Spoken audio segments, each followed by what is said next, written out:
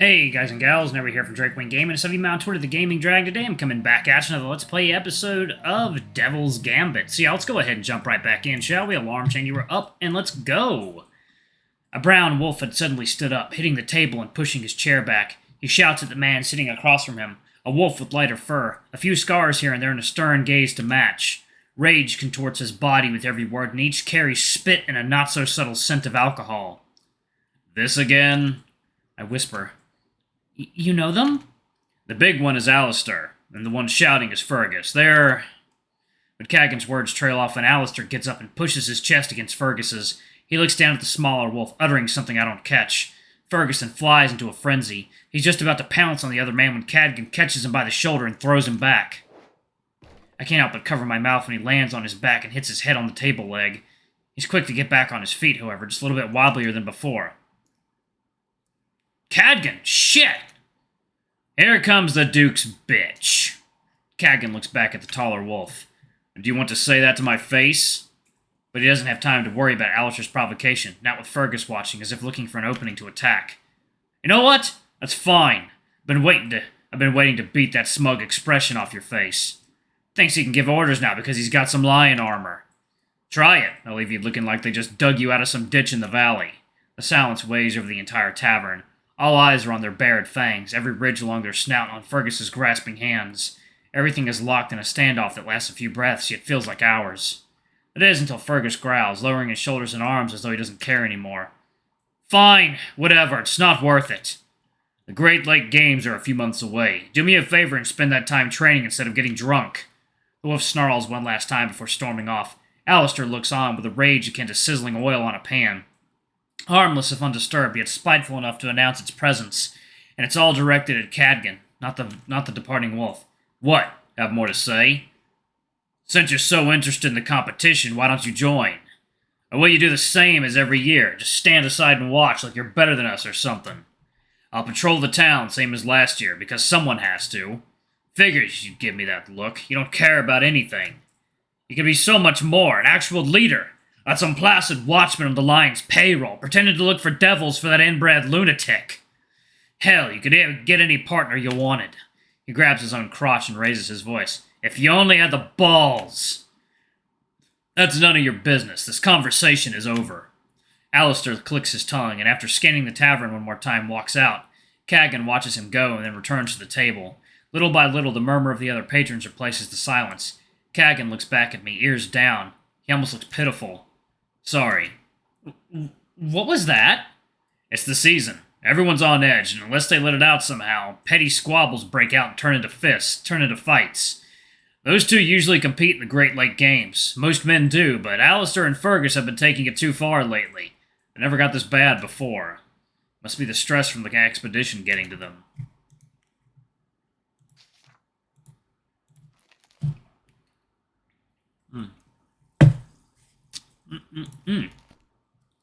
But, right before I can speak, Arwell approaches our table with a teary expression. Oh, Cadgan, I can't thank you enough. I felt something was off when Fergus finished his drink and headed to Alistair's table, but I didn't think it'd escalate so quickly. I'd rather you don't serve him beer again, not until after the competition is over at least. Of course, Arwell. The dragon freezes in place. Is it the tone of my voice or the fact I cut in at all that I did? I don't care. We're in the middle of something. Oh, of course, friend. Apologies. With a shaky bow, the dragon retreats behind the bar. Cadgan gives me a curious look. What's wrong? What indeed? I'm still processing what just happened, so I'm not sure where to start. I scratch my head and take a deep breath. What was their problem? Aren't you bothered? Cadgan's ear flickers and he tilts his head. One moment they're at each other's throats, but the next they forget all about it and turn on you. Well, I did get in the way. I know they weren't angry at you just because of that, right? And it was so sudden. I shake my head, having trouble finding the right words. They began throwing all this resentment and expectations your way. It was so weird. They didn't mean what they said. They were just excited and say anything to get a rise out of me. And Fergus was bluffing. He's all bark and no bite around me.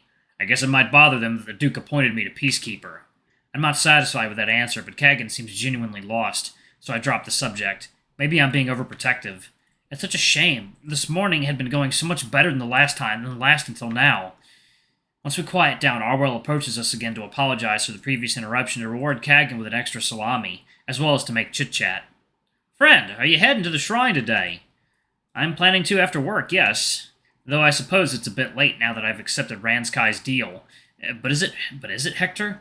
The demon has sunk his claws into you. Learning more about him is more important than ever. The shrine. Yes, the one in the forest. What are you going there for? I'm curious about Renai's history is all. Now that you mention it, I've been meaning to go there. Got a delivery to do? Cadgan looks down to the salami Arwell bought him. He grinds his teeth as if searching for something inside his mouth. For just a moment, he looks more like a pup than the grown man he is. I was meaning to spend some time there with the priest. Didn't Cadgan mention he used to work at the shrine? You can join me if you want. His face goes rigid again. For once, I can tell he's forcing it. Yes, I can. And I'll pass by your place this afternoon. Sound good? The wolf nods and goes back to finishing his food. I need to hurry, too. It's almost time to go.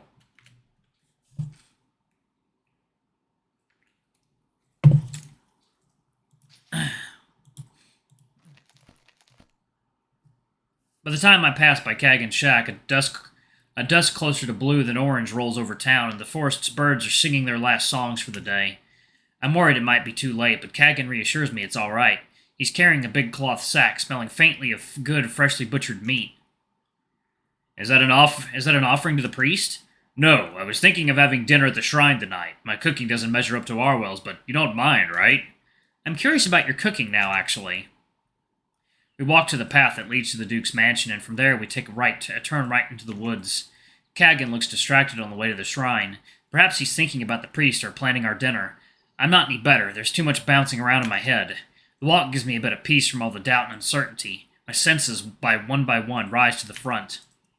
From the west rings the last days of the bird's song, becoming fainter with the growing shadows. The moon has already revealed itself, a soft pink thing hanging above the tree line. As I breathe in, I notice the river's scents, the flowing waters, the damp soil and wet clay, the soft earth compacting slightly beneath my feet. I even catch the distant and faded scent of the valley. We've been walking for a good 10 minutes, and just as I notice a building beyond the trees to the right, I catch Cadgan stopping dead in his tracks and staring in the opposite direction at a tree with two swings on it.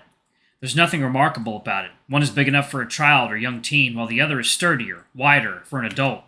Cadgan's ears fold back, and then his gaze goes up to the branches hanging over the path ahead. With the dimming light, it takes me a moment, but I just barely make out what he's looking at. Frogs.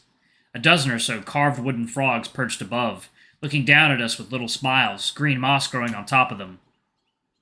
There's something you should know. Up ahead, just before the path bends right to the building, I catch two knee-high wood statues, a pair of wolves watching us. Where one ends, the other begins, as if they had been carved from the same block of wood to fit together. One is slender, with a positively radiant smile reaching up to her eyes. She's clasping her hands over her chest, fingers tense as if about to burst into an open-hearted hug. The other statue's arms reach back to the woman's waist, hugging her close. He's raising his free arm, waving at us. He, too, smiles, but with pride. They both seem at peace. Unlike my father, unlike Cadgan and I. He looks at the swing, the frogs, the statues waiting for us, and that's where his gaze remains. The priest is called Irnan, and He croaks as if he was struggling to breathe again. After a moment, he regains his composure, and with his voice a tad more monotone, enunciating every word carefully, he continues. He took me in after I left the Duke's mansion. He protected and cared for me. His hands spasm, fingers curl, when no one else would. This is where I grew up after you left, and Irnan means a lot to me. Do you understand, Hector? He relaxes. The shadow of that coughing fit fades. The sun shines its last rays with renewed vigor. Irnan means a lot to me. Do you understand?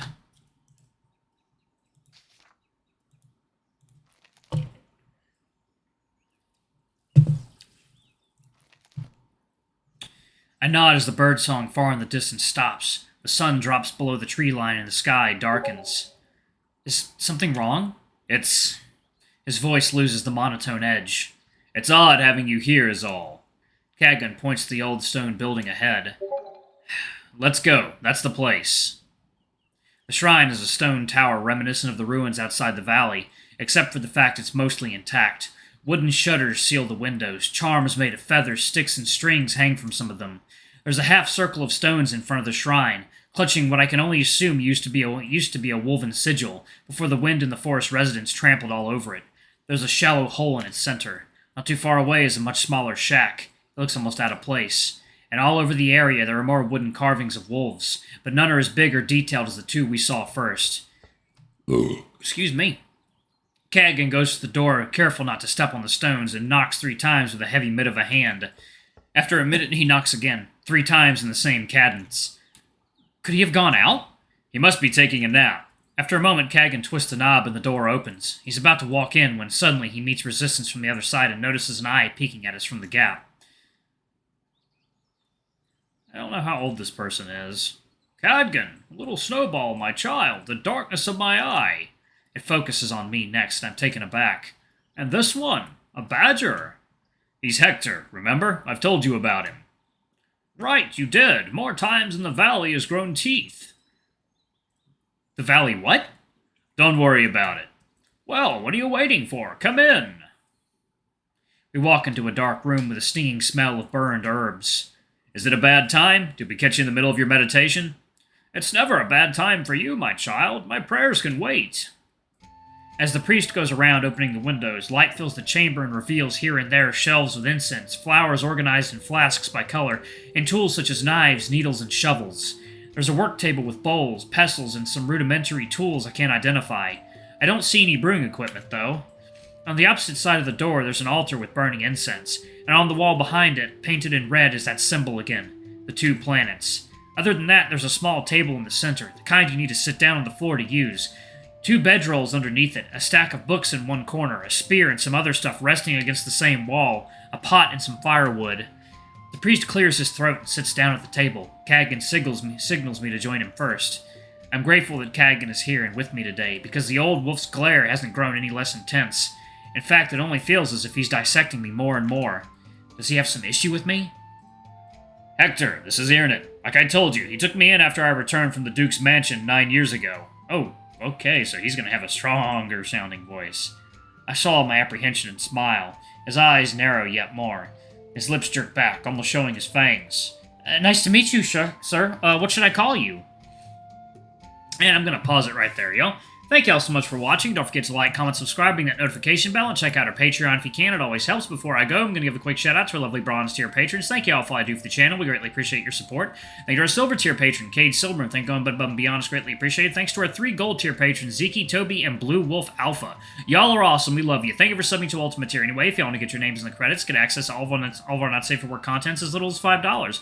And if y'all don't want to join the Patreon, you can always donate via Super Thanks on YouTube. Anyway, I love you all, and I'll see y'all in the next video. Bye-bye!